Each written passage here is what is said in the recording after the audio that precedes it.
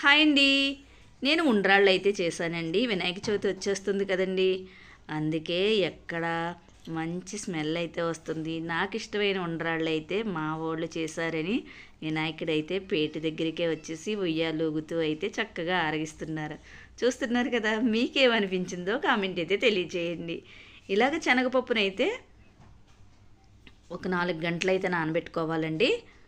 నానబెట్టుకున్న పప్పుని కొద్దిగా కడిగేసుకుని 2-3 సార్లు కడుక్కున్నాక పప్పునైతే స్టవ్ మీద పెట్టి ఉడికించుకోవాలి. చూస్తున్నారు కదా, పప్పు అయితే ఉడికిపోయిందండి. నానబెడతాం కదండి, అందుకే చాలా తొందరగా అయితే ఉడికిపోద్ది. చూస్తున్నారు కదా, చక్కగా తొందరగా ఉడికిపోయిందండి.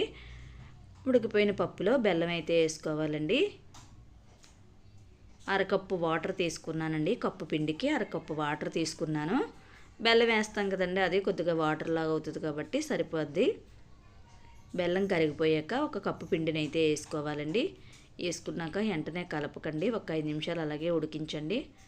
ఉడికించాక దించుకుని ఇలా కలుపుకోవాలి. బాగానే కలుపుకున్న దాన్ని మనం ఇప్పుడు ఉండ్రాళ్ళు అయితే చేసేసుకోవచ్చు. కొద్ది కొద్దిగా తీసుకుంటూ చక్కగా ఇలాగైతే ఉండ్రాళ్ళు అయితే చేసేసుకుందాం. మీకు నచ్చిన షేప్లో ఇంకా ఇలాగా అప్పాల్లా కూడా చేసుకోవచ్చండి.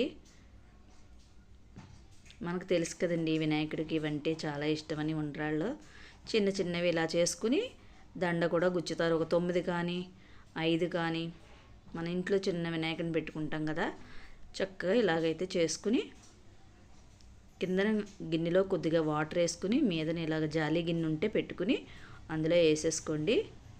లేదంటే ఒక క్లాత్ అయితే కట్టుకుని అడిగిన నీళ్లు పోసుకుని ఆ గిన్నెకి క్లాత్ అయితే కట్టుకుని దాని మీద వేసుకుని మూత పెట్టుకున్న ఇలా ఉడుకుతాయండి. చూస్తారు కదా, ఇలా ఒక 10 నిమిషాలు అయితే సరిపోతుందండి. ఉండ్రాళ్ళు అయితే రెడీ అయిపోయాయి. స్టవ్ని అయితే ఆఫ్ చేసేసుకుందాం. చాలా సింపుల్గా ఇంట్లోనే తయారు చేసేసుకోవచ్చు. చాలా చాలా టేస్టీగా ఉంటాయండి. చూస్తున్నారు కదా, రెడీ అయిపోయాయి.